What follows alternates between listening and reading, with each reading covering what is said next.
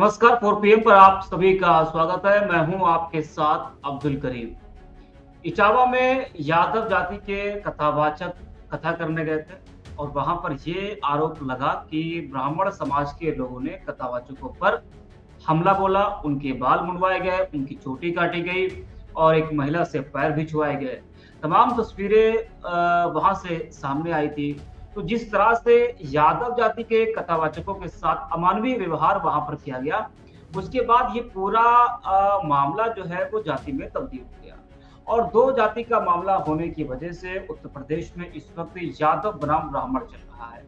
आपको हम बता दें कि सपा अध्यक्ष अखिलेश यादव ने इस मामले के बाद जैसे ही ये सोशल मीडिया पर तमाम तस्वीरें कथावाचकों की वायरल हुई, उसके बाद अखिलेश यादव ने कथावाचकों को सपा दफ्तर बुलाया लखनऊ में, वहां पर उनको सम्मानित किया, शॉल उड़ाया गया और सहायता राशि भी दी गई।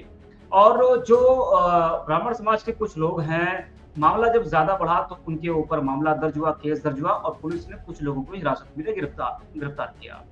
तो जब ब्राह्मण समाज के लोगों को गिरफ्तार किया गया तो उसके बाद ब्राह्मण समाज भी सड़कों पर उतर आया, है ना। भारी बवाल हुआ, जमकर प्रदर्शन हुआ, थाने का घेराव हुआ। लेकिन इस बीच गगन यादव नाम का एक शख्स है, तो उसने 25 जून को अपने सोशल मीडिया अकाउंट एक्स पर एक पोस्टर वायरल किया और उसपे लोगों से आह्वान किया कि इटावा चलिए। 26 जून की तारीख उसमें दी गई कि 26 जून को आप सभी को इटावा चलना है। तो यादव समाज के तमाम जो लोग थे, तमाम संगठन थे, वो सड़कों पर उतर आए और जमकर वहां पर प्रदर्शन हुआ, नारेबाजी हुई और आरोप लगा कि यादव जाति के लोगों ने पुलिस वालों पर पत्थरबाजी की और उसके जवाब में पुलिस ने भी पथराव किया। तो इस वक्त ये जो मामला है वो तूल पकड़ता जा रहा है और इस मामले से प्रदेश की जो सियासत है वो गरमाई हुई है। लेकिन यूपी सरकार के एक मंत्री हैं जयवीर सिंह, उन्होंने एक बड़ा आरोप अखिलेश यादव के ऊपर लगाया है। उन्होंने कहा कि अखिलेश यादव जो है वो पूरी सच्चाई जाने, जी हाँ, इस मामले को जातीय रंग देने की कोशिश कर रहे हैं। ये आरोप जयवीर सिंह ने लगाया है। तमाम सवाल जो है वो पुलिस पर भी उठ रहे हैं। जिस तरीके से पुलिस ने हवाई फायरिंग की, उसको लेकर कई लोग ये कह रहे हैं कि आगरा में जब करणी सेना ने बवाल किया, प्रदर्शन किया, तब भी पुलिस कहां थी। योगी आदित्यनाथ का बड़ा बयान सामने आया कि जो दोषियों को छोड़ा ना जाए, उनके ऊपर सख्त कार्रवाई की जाए। तो लोग पूछ रहे हैं कि भाई साहब, जिस तरीके से बीजेपी नेताओं के तमाम बयान सामने आ रहे हैं कि किसी को छोड़ा ना जाए, दोषियों पर कार्रवाई हो, उस वक्त ये लोग कहां थे जब करणी सेना ने वहां पर आगरा में बवाल किया था, एक सपा के सांसद पर हमला किया। उस वक्त किसी का मुंह नहीं खुल रहा था। तमाम तरह की जो बातें हैं वो इस वक्त की जा रही है। केपी मलिक सर हमारे साथ जुड़ चुके हैं, वरिष्ठ पत्रकार हैं आप। सर, आपका स्वागत है 4 PM पर। जी नमस्कार, धन्यवाद। सर, लगातार ये मामला जो है वो तूल पकड़ता जा रहा है। अब तो तमाम बड़े आरोप भी अखिलेश यादव के ऊपर लग रहे हैं। सबसे पहले सर हम जानना चाहेंगे कि इस पूरे मामले का जो असर है यूपी की सियासत पर आप कितना देख रहे हैं, यादव बनाम ब्राह्मण। देखिए, ये जो भी हुआ है या जो हो रहा है, मैं मानता हूं कि ये बड़ा दुर्भाग्यपूर्ण है। इस प्रकार के मुद्दों में उत्तर प्रदेश के विकास का मुद्दा कहाँ है? बिल्कुल। जो जो दिक्कतें हो रही है बेरोजगारों को, विद्यार्थियों को, छात्रों को, वो कहाँ है? वो सब मुद्दे छुप गए हैं। भारतीय जनता पार्टी पिछले 8 साढ़े 8 साल से जिस प्रकार से ये चला रही है, शासन कर रही है, धर्म में और जातिवाद में बांट के लोगों को अपनी राजनीति कर रही है, तो विपक्ष को भी समझ में आ गया है कि हमें इसी प्रकार के मुद्दे जनता में लेने पड़ेंगे और इसी प्रकार के मुद्दों को आगे बढ़ाना पड़ेगा। आज समाजवादी पार्टी का कोई आंदोलन याद आता है आपको? पिछले 6 महीने में, साल भर में, 3 महीने में कोई ऐसा हुआ हो कि वो किसानों की लड़ाई लड़ रही हो, वो बेरोजगारों की लड़ाई लड़ रही हो, उन्होंने कोई विकास के मुद्दे उठाए हो? नहीं उठा रहे, क्योंकि उनको मालूम है कि वोट इससे नहीं मिलेगा। पिछली बार आपने देखा राजपूत समाज का और दलित समाज का मामला हुआ और आगरा का पूरा नाटक आपने देखा। अभी दोबारा से ये जिस प्रकार से मामला हुआ है और इटावा में जो आप भारतीय जनता पार्टी के मंत्री ने बयान दिया है, उस सारे का अगर हम विश्लेषण करते हैं तो मुझे समझ में ये आता है कि राजनीतिक दल अपने नफे नुकसान को लेकर ये सारे गुना भाग कर रहे हैं और अखिलेश भी समझ चुके हैं कि इसी प्रकार की राजनीति होगी। तभी तो अखिलेश यादव ने उनको लखनऊ बुला के ढोलक भी दिया और सारी चीजें दी और उनको सम्मानित किया। उनको सम्मानित करने की क्या आवश्यकता थी? कोई क्या युद्ध जीत गए क्या वो? फिर ये वाल्मीकि जी कौन थे? ये कबीर साहब कौन थे? तो अगर बात ये है कि चाहे वो शास्त्री की डिग्री हो, चाहे पंडित जी की डिग्री हो, ये तो विद्वान व्यक्ति, पढ़े लिखे व्यक्ति और ज्ञानी व्यक्ति को दी जाती है। आप इसको किसी एक पर्टिकुलर जाति से क्यों जोड़ रहे हैं भाई? क्या अगर कोई ब्राह्मण खानदान में, परिवार जाति में पैदा हो गया तो वो क्या प्रकांड पंडित है, ये जरूरी है क्या? और अगर कोई दूसरी जाति में पैदा हुआ है, वो प्रकांड पंडित नहीं है, इसमें कोई दो राय है क्या? कोई भी किसी भी जाति का व्यक्ति प्रकांड पंडित हो सकता है। पंडित एक उपाधि है, पंडित कोई जाति नहीं है। जी, जो जाति से जोड़ने की सर आप बात कर रहे हैं, जाति से जोड़ने की शुरुआत किसने की? आरोप सर ये लगा कि उन लोगों ने ये कहा कि आपकी जाति को पूछा, और आरोप ये भी लगाया कथावाचकों पर कि उन लोगों ने अपनी जाति छुपाई। उनके जो आधार कार्ड सर वायरल हैं, उस आधार कार्ड में उनकी दूसरी जाति उसमें दिखाई गई है, लेकिन जो कथावाचकों के परिवार के लोग हैं वो कह रहे हैं कि वो आधार कार्ड फेक है, फेक आधार कार्ड बनवा के वायरल किया गया है। और उस परिवार के जो लोग हैं, सदस्य हैं, उन लोगों ने जो ओरिजिनल आधार कार्ड है वो दिखाया कि देखिए इस पर यादव लिखा हुआ। लेकिन वहां पर इटावा में जहां पर गए थे कथा करने के लिए, वहां के लोग कह रहे कि इन लोगों ने जो है जाति छुपाई। तो अगर जाति छुपाई सर तो ये भी तो सर एक क्राइम है अगर देखा जाए। नहीं, देखिए, पहली बात तो ये है कि आपको जाति ढूंढनी क्यों है भाई? आज वो पहली बार तो किसी के यहाँ कथा करने या कोई हवन करने या कोई अनुष्ठान करने पहली बार तो गए नहीं थे। खबरें तो ये है कि वो तो पिछले 11-12 साल से अनुष्ठान कर रहे हैं, और अगर वो कर रहे हैं तो वो पहले से कर रहे होंगे। दूसरी बात ये है कि अगर आप इस तरह की जाति की और उसकी ढूंढ-ढांड मचा रहे हैं, तो क्या ब्राह्मण जाति को ही ये अधिकार है कि वही ये इस तरह का अनुष्ठान करेंगे, बाकी कोई नहीं करेगा? तो दूसरी बात यह है कि इसमें जाति क्यों ढूंढी जा रही है। मैंने पहले ही आपको कहा कि ये तो सिर्फ एक बहाना है, असली निशाना तो उत्तर प्रदेश का चुनाव है। आज वहां मंत्री जी पहुंच गए हैं, उससे पहले अखिलेश यादव पहुंच गए। मैं इसीलिए आपको कह रहा हूं कि ये सारी चीजें सियासी है, और सियासी नफे नुकसान से, अब सियासी चश्मे से इस घटनाओं को देखा जा रहा है। और इस प्रकार की घटनाएं जैसे जैसे चुनाव आएंगे उत्तर प्रदेश में आपको बढ़ती हुई नजर आएंगी। आधार कार्ड फेक है, आधार कार्ड सही है, ये काम किसका है? पुलिस एफआईआर करे, जांच करे अगर कोई बात हुई है तो। दूसरी बात यह है दुर्भाग्यपूर्ण के जो 4 लड़के गिरफ्तार हुए हैं, उनकी आयु क्या है? 21 साल, 20 साल, 22 साल। क्या वो बेरोजगार है? क्या वो इसी काम के लिए है? वो आधार कार्ड चेक करेंगे, वो गौमूत्र, वो मानव मूत्र छिड़केंगे इनके ऊपर, वो बताएंगे क्या करना है?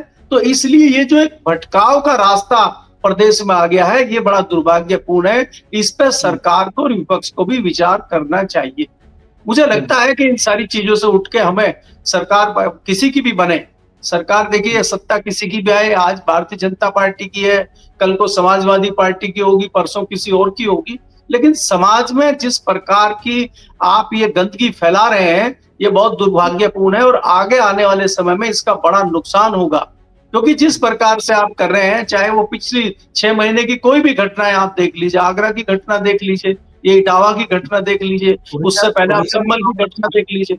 जी जी, लेकिन सर जो महिला आई सामने, जब बवाल ज्यादा बढ़ा तो एक महिला भी सामने आई, वो काफी ज्यादा वायरल हुई। और हालांकि ये जांच का विषय है, सच्चाई क्या है, लेकिन महिला का जो आरोप है वो बेहद गंभीर आरोप है। महिला ने कहा कि गलत हरकत किया उन लोगों ने, टच किया, और जाति तो खैर छुपाई, वो तो कहा ही जा रहा है। तो इस तरह के आरोप जब लगे और ब्राह्मण समाज जब सड़क पर आया, तो कथावाचकों पर भी एफआईआर दर्ज हुई। देखिए, मेरा मानना ये है कि ये जो भी विषय है, इस पे जब पुलिस एफआईआर कर रही है, पुलिस अपना काम कर रही है, कानून अपना काम कर रहा है, तो इस पर सियासी दलों का क्या लेना देना है? चाहे वो भारतीय जनता पार्टी हो, चाहे वो ब्राह्मण समाज हो, और चाहे वो समाजवादी पार्टी हो। पुलिस अपना काम करे। अगर कोई अपराध हुआ है, कोई गलत चीज हुई है, तो उसका फैसला पुलिस करेगी, बाद में कोर्ट करेगा। तो ये जो चौधरी बने हुए हैं लोग, चाहे वो महिला हो, चाहे वो बालक हो, सबसे बड़ा आपत्ति ये है कि जिस प्रकार का आचरण वहां हुआ है कि उसके बाल काटना, उसको बेइज्जत करना, उसके ऊपर मानव मूत्र फेंकना, ये दुर्भाग्यपूर्ण है। ये समाज में कड़वाहट फैल रहा है, समाज में एक जहर फैल रहा है। मेरी आपत्ति उस पे है। मेरी आपत्ति ये नहीं है कि अगर उन्होंने महिला के साथ अभद्र व्यवहार किया है तो उनको सजा मिलनी चाहिए, उसमें तो फिर आपका पंडित का, विद्वान का, अनुष्ठान का कोई लेना देना नहीं है, वो तो विषय दूसरा हो जाता है। तो उस पे पुलिस अपना काम करे, जांच करे, और जांच में जो सही पाया जाए, जो दोषी पाया जाए, उसके खिलाफ कार्रवाई हो। इसमें किसको आपत्ति है, इसमें किसको दिक्कत है? वो कोई किसी भी अपराध करने वाले की भी कोई जाति होती है क्या? अपराध तो कोई भी कर सकता है, किसी भी जाति का हो सकता है। अगर कोई अपराध कर रहा है और हमारी जाति का है तो हम झंडा लेकर उसके पीछे चल दें, तो उससे क्या होगा आने वाले समय में? कि एक जाति को अधिकार मिल जाएगा अपराध करने का? क्या ये स्वस्थ परंपरा है समाज के लिए, देश के लिए, प्रदेश के लिए? तो क्या सरकार की आंखें नहीं खुलती है इस पे, या विपक्ष की आंखें इस पे नहीं खुलती है? तो मुझे लगता है ये तमाम चीजें सोच के सिर्फ राजनीति हो रही है, और राजनीतिक चश्मे से इसको देखा जा रहा है, क्योंकि उत्तर प्रदेश में 2027 का चुनाव करीब है। 2027 के चुनाव को किस लिए अपने पक्ष में किया जाए, ये सारी चीजें उसके तहत हो रही हैं। और मैंने पहले ही आपको कहा, ऐसी बहुत सारी चीजें आने वाले समय में आपको दिखाई देंगी। जी। लेकिन सर बीच में एक बड़ा मामला सामने आया है, हालांकि वो बड़ा मामला अब शायद दब चुका है इटावा के आगे। गोरखपुर में माता प्रसाद पांडे के काफिले पर बड़ा हमला होता है, तो सांप उसमें बच जाते हैं। क्या आपको लग रहा है कि वो मामला तूल पकड़ रहा था, बीच में इटावा आ गया? हालांकि ये तो पहले से आ रहा था, लेकिन जो कल बवाल हुआ उससे पहले गोरखपुर में जो है माता प्रसाद पांडे के काफिले पर हमला हुआ। तो क्या लग रहा है कि उस बड़े मुद्दों को दबाने के लिए कल जो बवाल हुआ वो सब एक साजिश के तहत किया गया है? देखिए अब्दुल साहब, मैं आपको बता रहा हूँ कि ये सियासत है, ये राजनीति है। राजनीति में कुछ भी हो सकता है, कुछ भी वाजिब है। यहाँ सत्ता हथियाने के लिए आप कोई भी पैंतरेबाजी कर सकते हैं, कोई भी शाम धाम दंडभेद आप कर सकते हैं, उसको झुठलाया नहीं जा सकता है। लेकिन तथ्यों की जानकारी अभी कोई खुल के इस तरह से नहीं आ पा रही है कि हम उस घटना को कह दें कि इसीलिए किया गया है। लेकिन जैसा आप कह रहे हैं, इसमें हो भी सकता है, इसमें कोई बुराई नहीं है, क्योंकि समाज में, राजनीति में इस तरह की घटनाएं पहले भी हुई है। एक खबर को दबाने के लिए दूसरी बड़ी खबर आ जाती है और लोग उसकी तरफ डाइवर्ट कर देते हैं। भारत की जनता को तो आप जानते ही हैं। आज कोई जिक्र कर रहा है क्या अहमदाबाद उसका कि भाई फ्लाइट का एक्सीडेंट हो गया, वहां इतने लोग मारे गए, क्यों मारे गए, किसकी कमियां थी? कोई सवाल पूछ रहा है क्या? आज वो फिर इजराइल और ईरान शुरू हो गया, सारे टीवी चैनलों पे, सारे मीडिया में। आज इजराइल और ईरान शांत है, अब कोई नया मुद्दा आ जाएगा। तो देखिए, मुद्दे को बदलने के लिए, मुद्दे को ढकने के लिए इस तरह की चीजें राजनीति में होती हैं। लेकिन इस खास तौर पर गोरखपुर की और इटावा की घटना पे इस तरह की कोई बात हो, मेरी जानकारी नहीं है। जी। लेकिन सर अभी मुक्तेश्वर आनंद, पूरा समाज उनका सम्मान करता है। उनका एक बयान सर आया कि कथा करने का जो हक है वो सिर्फ ब्राह्मणों का है, और ऐसा ही कुछ बयान आता है ओम प्रकाश राजभर का। राजभर कहते हैं कि यादव जब पंडित जी का हक मारेंगे तो बवाल तो होगा ही। देखिए, ये चाहे राजभर हो, चाहे कोई दूसरे लोग हों, ये अपनी सियासत ढूंढते हैं, क्योंकि इनको पता है कि सारी, चाहे मीडिया की जगह हो, चाहे दूसरी चर्चा का विषय हो, सारा सपा और समाजवादी ने घेर लिया है, समाजवादी ने लूट लिया है। तो हमारी उसमें उपस्थिति कैसे हो, हम कैसे जनता को बताएं हम भी हैं कहीं? तो ये इस प्रकार के बयान दे देते हैं। इनके बयानों के कोई मायने हैं? मैंने पहले ही कहा है कि भाई आप ये बताइए कि इसको आप जाति धर्म से जोड़ के क्यों देख रहे हैं? विद्वान कोई भी हो सकता है। मैं कई ऐसे मुस्लिम समाज के लोगों को जानता हूं जिनको हमारे कई शास्त्रों के इतना ज्ञान है जितना हिंदुओं को भी नहीं है। कई ऐसे मुस्लिम समाज के लोग हैं, और कई ऐसे हिंदू समाज के लोग हैं जिनको कुरान की और बाकी जानकारी इस्लाम की इतनी है, किसी मुस्लिम को भी नहीं है। तो ऐसे भी लोग हैं। दूसरा, हमारे यहाँ जो जातियां हैं, मैंने आपको पहले कहा कि कबीर किस जाति के थे? क्या उनके विद्वत्ता पे आपको कोई सवाल उठा सकते हैं? वाल्मीकि कौन थे? वाल्मीकि ने तो पूरी रामायण लिख दी, तो वो किस जाति बिरादरी से आते थे? जिसको आप कृष्ण भगवान कहते हैं, वो किस बिरादरी से आते थे? हमें तो जानकारी यही है, वो भी यादव बिरादरी से आते थे। तो वहां जातिवाद कहां चला गया था उनका? तो ये सब सवाल बेमानी है, और ये सिर्फ और सिर्फ सियासत हो रही है, चाहे आप किसी की भी बात करें। राजभर जी भी अपनी सियासत की गोटी घोट रहे हैं उसमें। वो भी चाह रहे हैं कि गोटा मार के हमारे हाथ भी कुछ लग जाए। भाई वो बाहर थोड़ी बैठेंगे, उनको भी उत्तर प्रदेश की सियासत में रहना है, उनको भी अपनी जगह चाहिए। तो ये सोच के उन्होंने भी अपना एक बयान दे दिया। जी सर, आपको धन्यवाद जुड़ने के लिए, आपने समय दिया अपना। तो वरिष्ठ पत्रकार के पी मलिक सर हमारे साथ इस वक्त जुड़े हुए थे। आपको बता दें कि जिस तरीके से इटावा में दो जातियों के बीच में जो इस वक्त बवाल चल रहा है, उससे प्रदेश की सियासत लगातार गरमाई हुई है। तो इसका असर आने वाले चुनावों पर कितना पड़ता है, ये देखने वाली बात होगी। जाहिर सी बात है कि 27 का जो चुनाव है, उससे पहले तमाम जो तैयारियां हैं वो शुरू हो चुकी है और तैयारियां किस तरह से हो रही हैं वो आप सभी के सामने है। और मुझे पूरी उम्मीद है कि इटावा का जो बवाल है वो जल्द समाप्त होगा और कोई भी कानून व्यवस्था को अपने हाथ में ना ले। पुलिस इस पूरे मामले की जांच कर रही है। जो सच्चाई होगी वो आप सभी के सामने आएगी। तो आज के लिए इतना है। अभी रिपोर्ट